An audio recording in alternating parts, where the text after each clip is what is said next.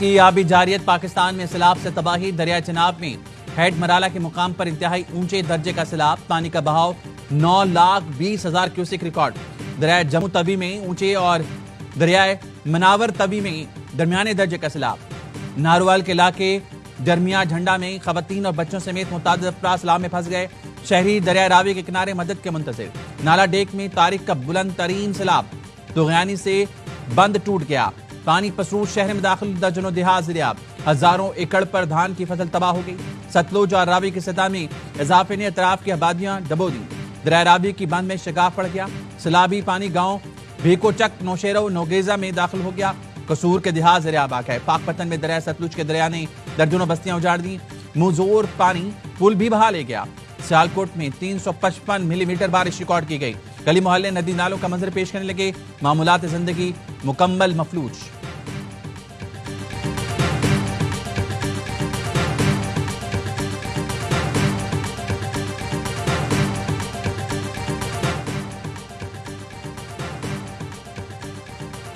بھارت کی آبی جاری سے پنجاب کے دریاؤں میں سیلابی صورتحال سول انتظامیہ کی مدد کے لیے فوج طلب کر لی ترجمان محکمہ داخلہ پنجاب کے مطابق فوج قصور سیالکوٹ ناروال میں طلب کی گئی ہے ضلعی انتظامیہ ریسکیو 1122 سول ڈیفنس اور پولیس پہلے سے متحرک ہے محکمہ داخلہ پنجاب کا وفاقی وزارت داخلہ کو فوجی تعیناتی کے لیے مراسلہ فوج کو ریسکیو اور امدادی سرگرمیوں کے لیے طلب کیا جا رہا ہے فوجی دستوں کی تعداد ضلعی انتظامیہ سے مشاورت کے بعد طے ہوگی سیلاب زدہ علاقوں میں آرمی ایویشن سمیت دیگر وسائل بھی فراہم ہوگی پنجاب حکومت کے تمام ادارے سیلابی صورتحال کو 24 گھنٹے مانیٹر کر رہے ہیں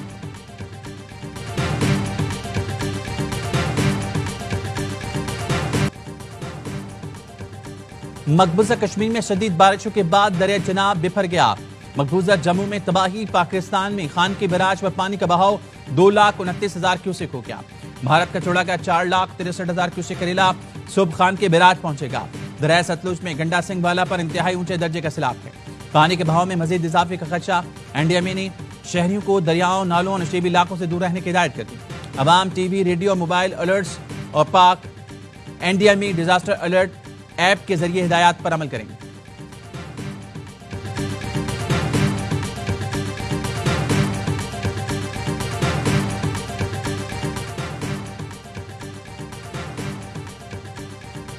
ضلع ناروال اس وقت شدید سیلابی صورتحال سے دوچار ہے سیلاب کی سنگینی کے پیش نظر پاک فوج سے معاونت طلب کر لی گئی وفاقی وزیر منصوبہ بندی احسن اقبال کا ٹویٹ لکھا کوٹ نینیا کے مقام پر دریائے راوی میں 2.25 لاکھ کیوسک کا ریلا ہے پانی کے خراج نے وسیع علاقے کو زیراب کر دیا نالا ڈیک میں بھی شدید طغیانی جاری ہے ضلع انتظامیہ امدادی کارروائیوں میں مصروف عوام سے اپیل ہے وہ چوکس رہیں غیر ضروری خطرہ مول نہ لیں عوام اپنی حفاظت کو یقینی بنائے میں خود بھی ناروال آ رہا ہوں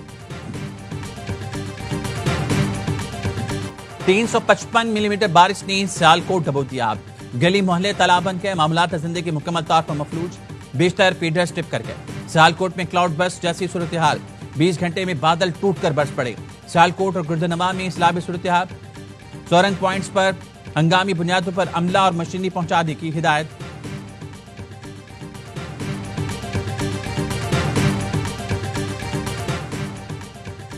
وزیر اعظم شہباز شریف کی پنجاب کے سیلاب زدہ اضلاع میں ریسکیو آپریشن تیز کرنے کی ہدایت وفاقی وزراء اپنے حلقوں میں جائیں امدادی کاموں کی نگرانی کریں سیلاب سے متعلق جائزہ اجلاس میں گفتگو کرتے ہوئے وزیر اعظم نے کہا دریائے ستلج میں سیلابی صورتحال ہے متاثرین کے انخلاء کے فوری اقدامات کیے جائیں متاثرین کو خوراک ادویات اور خیمے فوری فراہم کیے جائیں چیئرمین این ڈی ایم اے پنجاب کے ڈیزاسٹر مینجمنٹ ادارے سے مکمل رابطے میں رہیں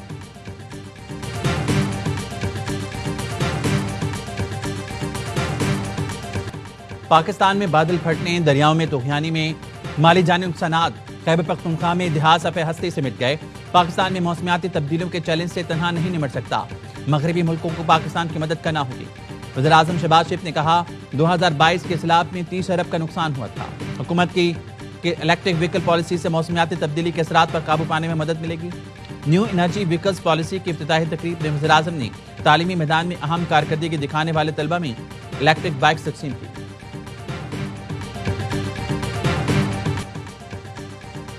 بھارت کی پاکستان کے خلاف پھر آبی اور سفارتی جارحیت پانی چھوڑ کر سفارتی ذرائع سے رابطہ کر کے سنتاس معاہدے کی مسلسل خلاف ورزی ذرائع کا کہنا ہے کہ گزشتہ 36 گھنٹے میں بھارت مختلف جگہوں پر پانی کے اخراج کے حوالے سے 3 مرتبہ رابطہ کر چکا۔ معاہدے کے تحت بھارت سنتاس آبی کمشنرز کے ذریعے الرٹ اور تنبیہ جاری کرنے کا پابند ہے، لیکن بھارت ہائی کمیشن کے ذریعے رابطے کر رہا ہے، جو معاہدے کی غیر قانونی معطلی کے جواز پیدا کی کوشش ہے۔ پاکستان نے سنتاس معاہدے کے طریقہ کار کی خلاف ورزیوں کو معاہدے اور عالمی قوانین کی خلاف ورزی قرار دیا۔ بھارت سے سنتاس معاہدے پر مکمل عمل درآمد کا مطالبہ۔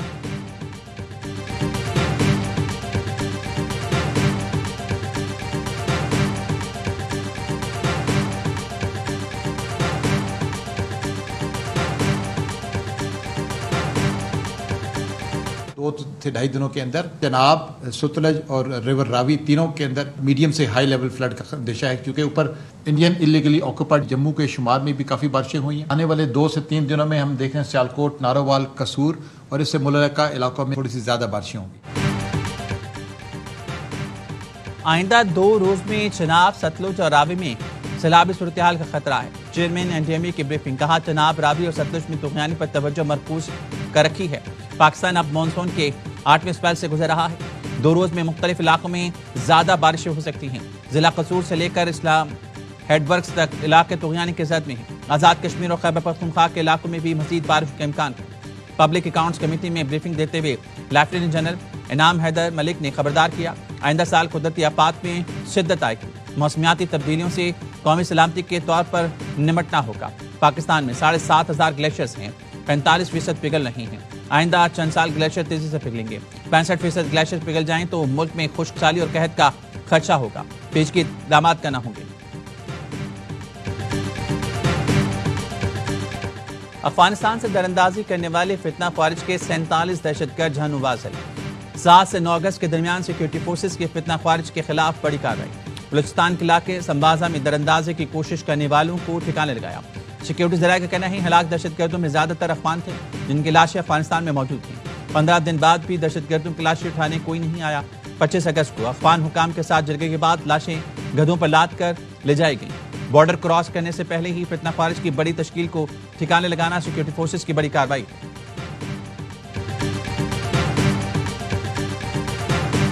دیر بالا کے مختلف علاقوں میں 3 دن سے جاری آپریشن میں مقامی کمانڈر ساجد اللہ سمیت 9 دہشت گرد ہلاک، 5 کی لاشیں مل گئیں۔ آپریشن کے دوران 2 شہری شہید جبکہ پولیس اور CTD کے 10 اہلکار زخمی ہوئے۔ DPO اپر دیر کہتے ہیں علاقہ جنگلات میں گھرا ہوا ہے، آپریشن جلد مکمل کر لیا جائے گا۔ وزیراعظم وفاقی وزیر داخلہ کی لوور دیر میں کامیاب آپریشن پر CTD کو شاباش، 2 شہریوں کی شہادت پر اظہار افسوس۔ شہباز شریف نے کہا مجھ سمیت پوری قوم کو اپنے بہادر اہلکاروں اور افسران پر فخر ہے۔ محسن نقوی نے کہا قوم اپنی دلیر فورسز کے شانہ بشانہ کرے۔ صدر مملکت آصف علی زرداری سے وزراء اعلی سندھ مراد علی شاہ کی ملاقات، صوبائی وزراء ناصر حسین شاہ اور شجیل میمن بھی ملاقات میں شریک تھے۔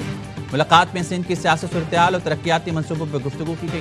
صدر مملکت سے پارٹی رہنماؤں کی ملاقات 1.5 گھنٹے سے زائد جاری رہی۔ ملاقات بلاول ہاؤس کراچی میں ہوئی۔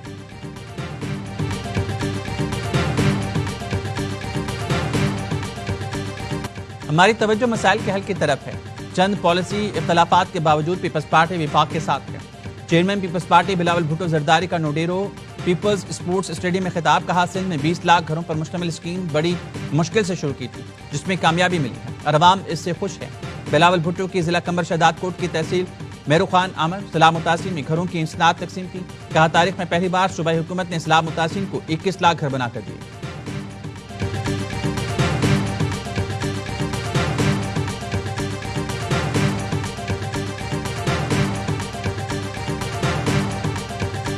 عمران خان نے ڈائریکشن بھیج دی ہے، جتنی بھی کمیٹیز ہیں نیشنل اسمبلی کی، PTI فوری طور پہ ان کمیٹیوں سے ریزائن کر دے۔ عمران خان نے رائے دی کہ یہ الیکشن لیجیٹمائز نہیں کرنا چاہیے۔ علیمہ خانم نے PTI قیادت کو بانی کے احکامات سنا دی۔ بانی نے پارٹی کو قائمہ کمیٹیوں سے نکلنے کا کہہ دیا۔ ضمنی الیکشن میں حصہ لینے نہ لینے کا فیصلہ بانی کریں گے۔ علیمہ خانم کے بھائی سے ملاقات کے بعد گفتگو، کہا بہنوں کی 4 ماہ بعد بانی سے ملاقات کرائے گی۔ بانی نے میرے بچوں کا پوچھا کیا انہیں بھی جیل میں ڈال دیا گیا؟ ان کی صحت بہت اچھی تھی، آنکھ پر تھوڑا پریشر محسوس ہو رہا تھا۔ عدالت میں درخواست دیں گے کہ ڈاکٹر بانی کی آنکھ کا معائنہ کریں۔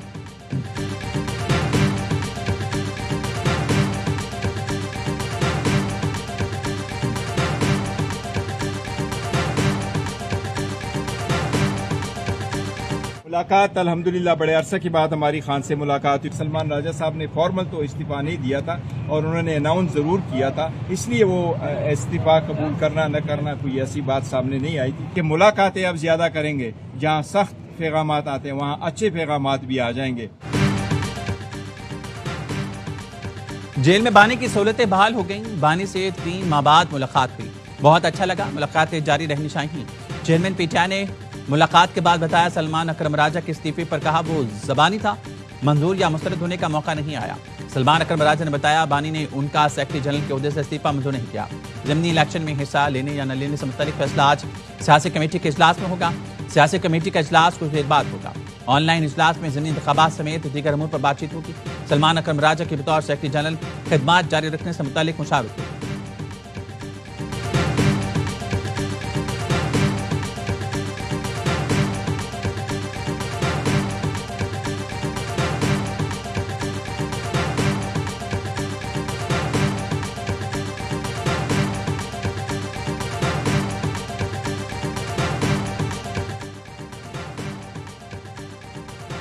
بانی پی ٹی آئی کے اراکین کو ہدایت کے بعد قائمہ کمیٹیوں سے پہلا استعفیٰ. فیصل امین خان گنڈا پور نے قومی اسمبلی کی تمام قائمہ کمیٹیوں سے استعفیٰ دے دیا. فیصل امین اکنامک افیئرز, فوڈ سیکیورٹی, پارلیمانی ٹاسک فورس کمیٹیوں سے مستعفی ہوئے. وزیر اعلیٰ کے پی علی امین گنڈا پور کے بھائی فیصل امین نے استعفیٰ چیف ویپ عامر ڈوگر کو بھیج دیا. فیصل امین خان نے قائمہ کمیٹیوں سے اپنا استعفیٰ اسپیکر قومی اسمبلی کو بھی بھیج دیا. بانی پی ٹی آئی کی ہدایت پر مزید اراکین کا بھی قائمہ کمیٹیوں سے مستعفی ہونے کا امکان.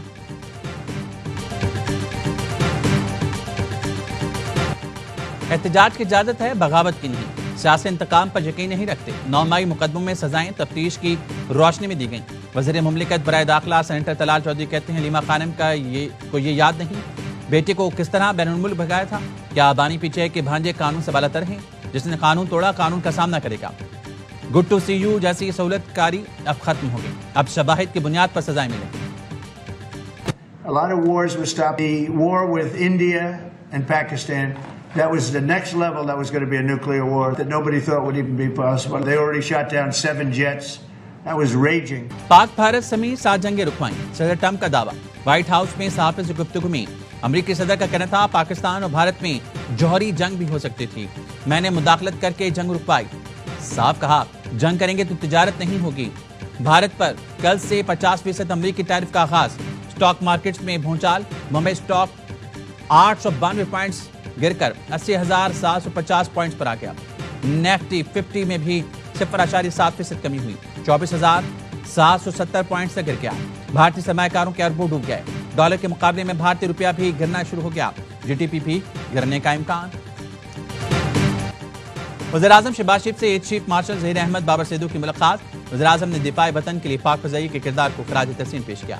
وزیراعظم کا کہنا تھا پاک فضائیہ کے شاہین وطن عزیز کی حفاظت کے لیے سیسا پلائی دیوار ہیں. مارکہ حق کے دوران پاک فضائیہ کے شاہینوں نے دشمن کے جہاز گرا کر کاری ضرب لگائی.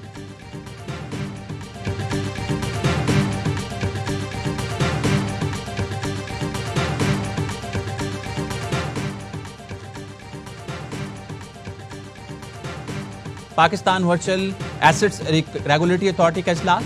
وزیر خزانہ محمد اورنگزیب, اتھارٹی کے chairman Bilal bin Saqib, governor state bank chairman A P R اور دیگر کی شرکت. ٹیکس ریگولیشن اور انٹرنیشنل روابط کی ذیلی کمیٹیوں کے قیام پر اتفاق. National cyber crime investigation agency میں کرپٹو کمپلینٹ پورٹل کے قیام پر بھی اتفاق.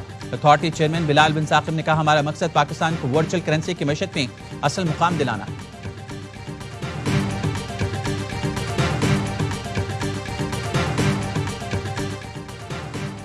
شنگھائی سی پورٹ سے مزید 100 جدید ترین الیکٹرک بسیں پاکستان کے لیے روانہ. بسیں چند ہفتوں میں پنجاب پہنچ جائیں گی. وزیر اعلیٰ پنجاب مریم نواز کا کہنا ہے دسمبر تک پنجاب کے ہر ضلع میں جدید الیکٹرک بسیں چلیں گی. بس کا کرایہ صرف 20 روپے ہوگا. عوام کو آرام دہ اور جدید سفر کی سہولت ملے گی.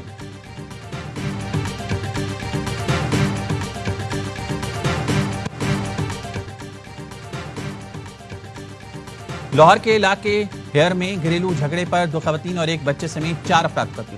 ملزم نے اپنے بیوی, بیٹی, بھتیجے اور سسر کو چھری کے وار کر کے قتل کیا. ملزم عمران قتل کی واردات کے بعد فرار ہو گیا. تلاش جاری.